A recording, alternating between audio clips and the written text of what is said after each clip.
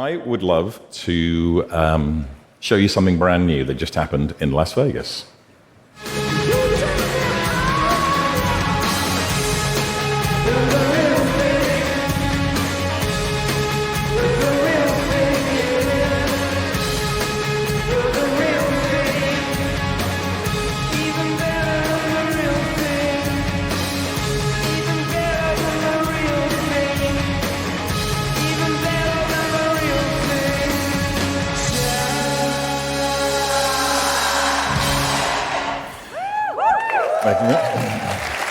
Thank you.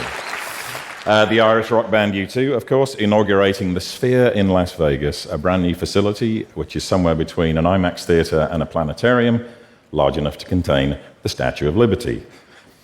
After decades of big rock shows being staged mostly in sports facilities, for 40 shows, 18,000 people a night were immersed in sound and vision in a whole new way. And did anybody go, by the way? I know some people go, oh, yeah, okay. Did anybody not go? Okay. Great, well, then you'll know what I'm talking about. So I design and direct live shows, and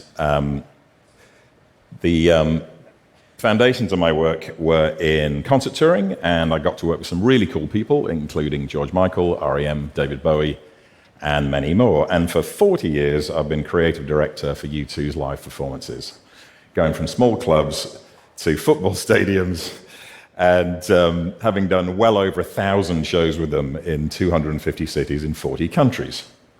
It's been a journey. I head up U2's long-standing creative team, and every time we go to make a new show, we're trying to reinvent the form in some way, starting with a blank slate and chucking out everything that's gone before. Except for one thing, which is always the goal of creating emotional connection between the audience and the performers. So, in the very early 80s, U2 was building on the roots of punk, which came from this very pure and minimal place, where making any effort at all with your stage visuals was considered extremely gauche and very uncool.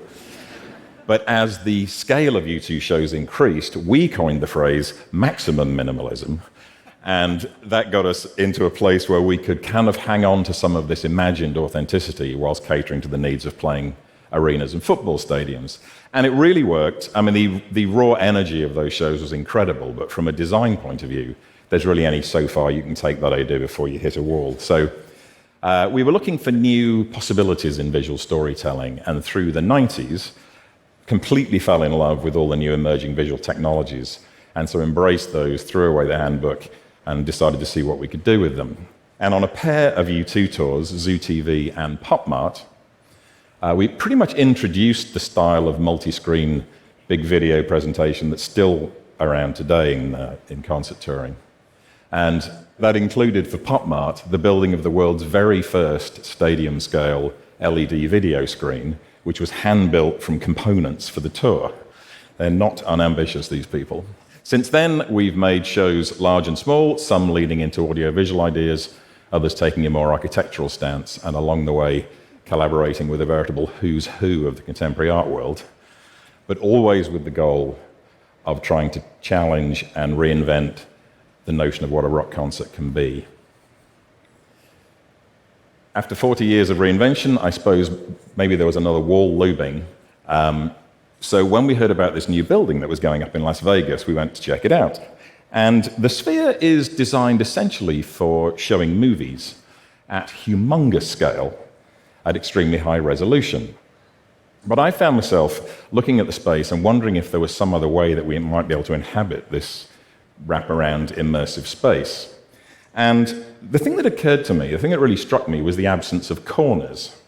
We navigate space via corners, and you know how big the room is that you're in because you can see the corners, and that helps you feel grounded. Whereas at the Sphere, not only are there no corners, but I wondered if we were to introduce virtual corners of our own, would we be able to manipulate the audience's sense of perspective and apparently alter the space radically? So I made a whole load of test material and was absolutely overjoyed at how well it worked. The degree to which your brain wants to buy into the illusion is extraordinary. And I found that I could take this sphere and turn it into an infinitely tall cylinder, and then maybe into a cube, and then bring the roof down on top of everybody. And everything you're seeing, all of this is just video on a curved surface. But what it informed me was that I needed to stop thinking about this as being a screen and start thinking of it as being a place, a three-dimensional audiovisual space. And that the kind of environments that would work here might be the kind of thing you'd make for VR rather than for cinema. Now, to make the illusion work, it's vital never to break the spell. So this sense of place has to be established before the viewer even gets there. And when the U2 audience arrived at the Sphere, they walked into this gigantic optical illusion. The scale of it really was shocking. And they walked into this thing which looked like an oversized version of the Pantheon in Rome, but made out of giant concrete slabs and open to the night sky. And I used to love eavesdropping on audience conversations of people just trying to figure out what they were looking at, what was real and what wasn't. But it had a genuine materiality that was really hard to resist. So over time, I added some features to make it even harder to resist. My favorite being this pigeon, which used to live up in the roof space and periodically fly around before eventually escaping through the oculus. And I put in a helium balloon, like a kid's helium balloon that got stuck in the roof, like happens at a shopping mall, and there was a work light that would come on and flicker. And then right at showtime, we'd fly the band's helicopter over the roof with a suitable soundtrack. Now, in a reality check, the band doesn't actually travel by helicopter, and none of this is real anyway. But the point is, you were in this environment for over an hour, and you never stopped believing in it. And that's before the show even started. So during the show, we immerse the audience in new worlds, overwhelm their senses, push the horizon back to infinity, shapeshift the room, and then eventually make the building disappear altogether and reveal Las Vegas outside. So this is the moment that we find ourselves in, an entire audience's sensory perception being choreographed by the artist on a scale that overwhelms the physical being. And U2's music, the emotive power of that music performed in this environment, that was what was so new. That produced something really unprecedented. Well, to say it was well received would be something of an understatement. The critics raved, the internet broke, a whole new era of live entertainment was declared, to the point where the reviews themselves were being reviewed. Some irony, I think, but I'll take it. I mean, geez, you don't get that very often. But what was more remarkable was that it was just a couple of years after, we all wondered if we'd ever be able to gather thousands of people together ever again. And the pandemic was a really bleak time for everybody involved in live entertainment. And I know you guys at TED had a tough time with it too. But the brightest minds of the industry, by way of compensation, started to come up with alternatives.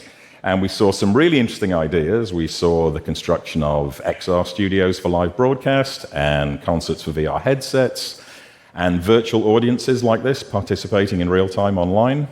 And really interesting ideas. They got a ton of attention, loads and loads of investment, until lockdown ended, at which point nobody ever mentioned them again. So I got to tell you, for those of us that do this for a living, it was profoundly humbling to realize that we can reproduce every part of the live experience, apart from the bit the audience actually wants the most. Look, it turns out humans are drawn to proximity. We want to come together in a specific place in real time to share an experience, kind of like we're doing this week. And it's been my task to understand how audiences work. And there's certainly something to learn from our response as we look out at the ocean or up at the night sky, where our minds are using a combination of vision and imagination to create an emotional response that can inspire us or sometimes completely overwhelm us. But the interesting thing is, we so need this response that it still works, even if our rational minds know that what we're looking at isn't real. Hence the power of great works of art.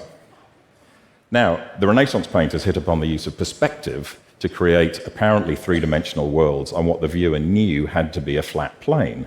And our brain insists it's real, even though we know it's just marks on canvas.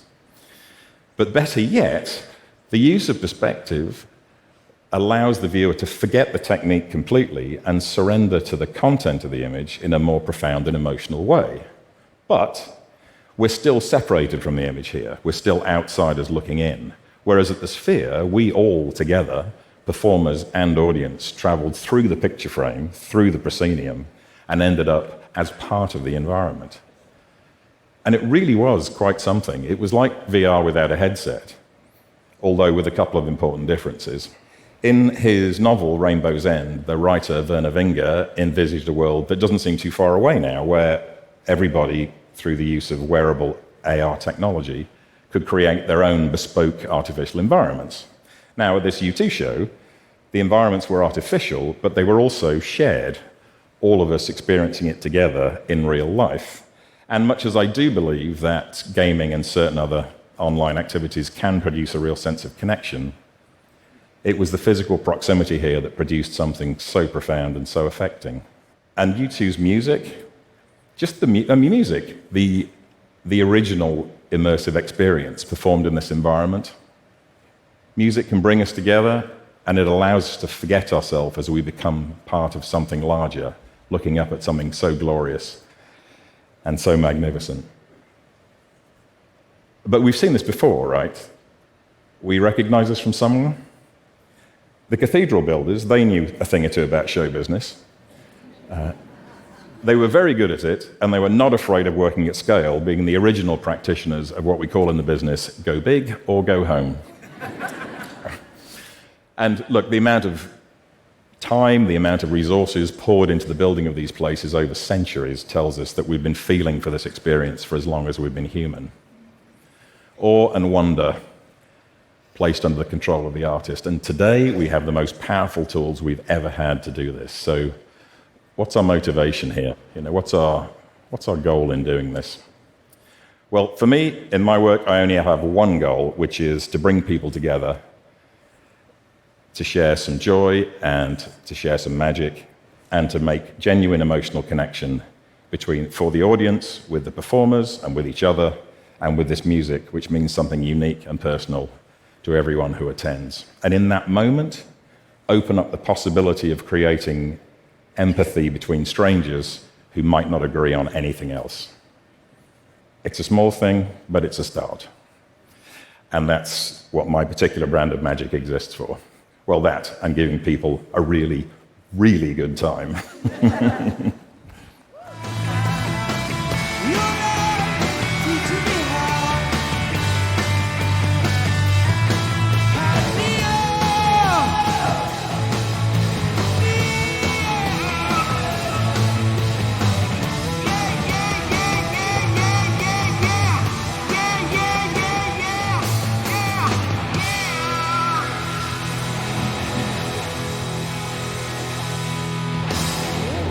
Thank you. Have a great week.